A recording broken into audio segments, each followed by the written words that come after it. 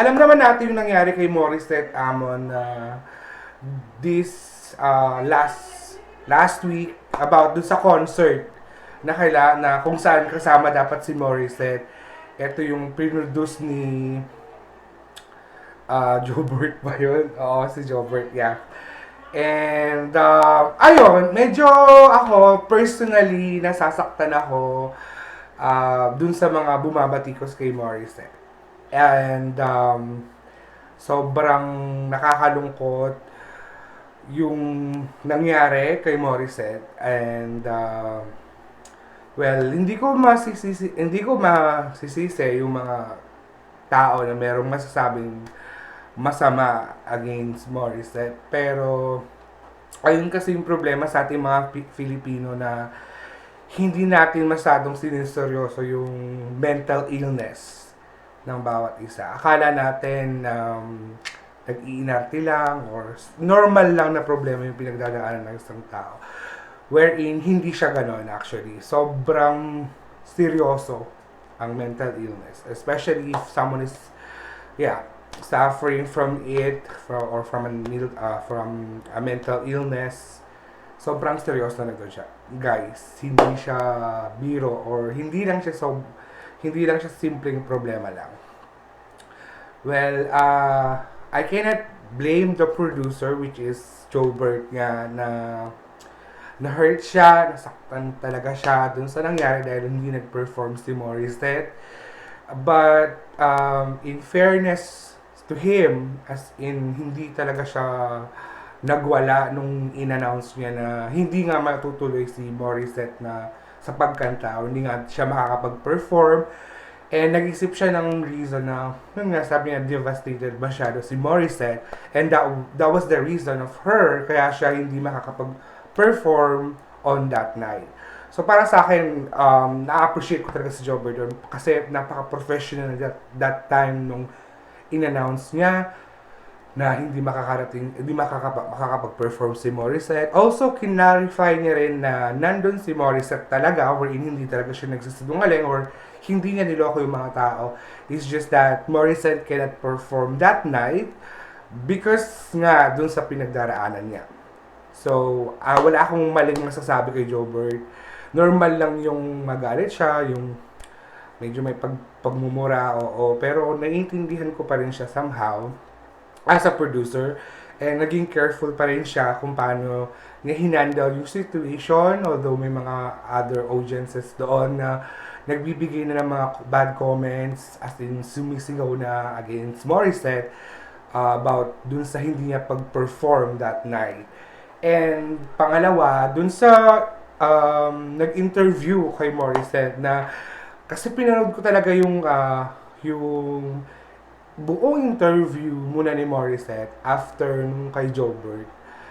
And pinanood ko rin yung video kung saan nga nag-sorry si Jobert dahil hindi makakapag-perform si Morisette that night. Para sa akin, dun sa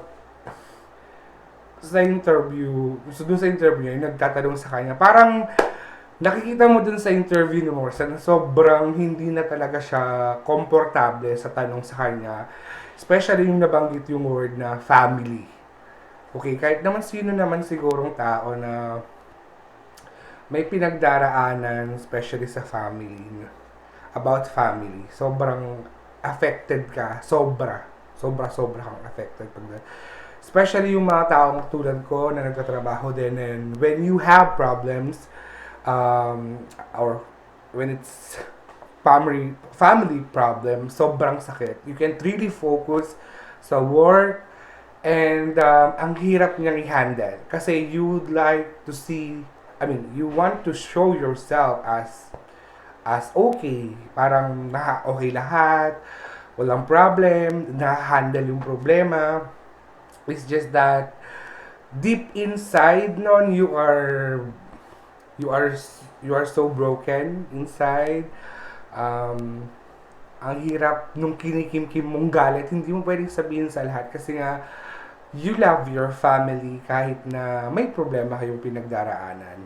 So parang nung tinanong si Morissette, dun siya na-trigger talaga yung emotion niya na, alam mo yun, she's trying to be fine, she's trying to be okay. However, someone asked her about her family. So, ayun, nag-trigger sa kanya na parang mawala sa focus dun sa kanyang performance. So, for me, yung tanong masyadong, for me, it's just my personal opinion na it's sobrang insensitive nung pagkakatanong sa kanya. Especially, nagbigay pa siya ng comments na, I know and I do understand na that is fine na sabihin mo sa kanya na everything will be fine. Hindi na, sino ba namang hindi sino bang magulang makakatiis sa anak? Parang tinatry mo siyang, pinaprovoke mo, I don't know the exact word, pero parang inaano mo siya para magsalita. Para breakdown, no? Parang magsalita na lang ako ano talaga yung nangyayari. Pero, tinatry talaga ni Morisette na maging firm na where everything is getting better, everything is fine, everything will be fine. So, ganun gusto niya palabas sa media kahit na sobrang dami-dami niya at ang sakit-sakit na nararamdaman niya. So, ang hirap i-handle nun.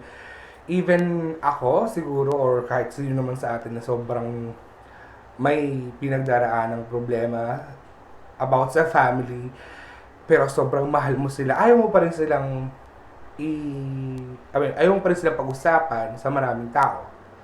Or ayaw mo pa rin i-share yung problema nyo in public, di ba? So parang, I understand na Morisette is a public figure, pero tao pa rin siya.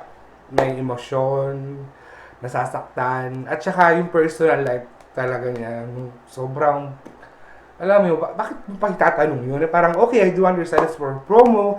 Why, I think that guy should have asked questions regarding dun sa concert na lang that night.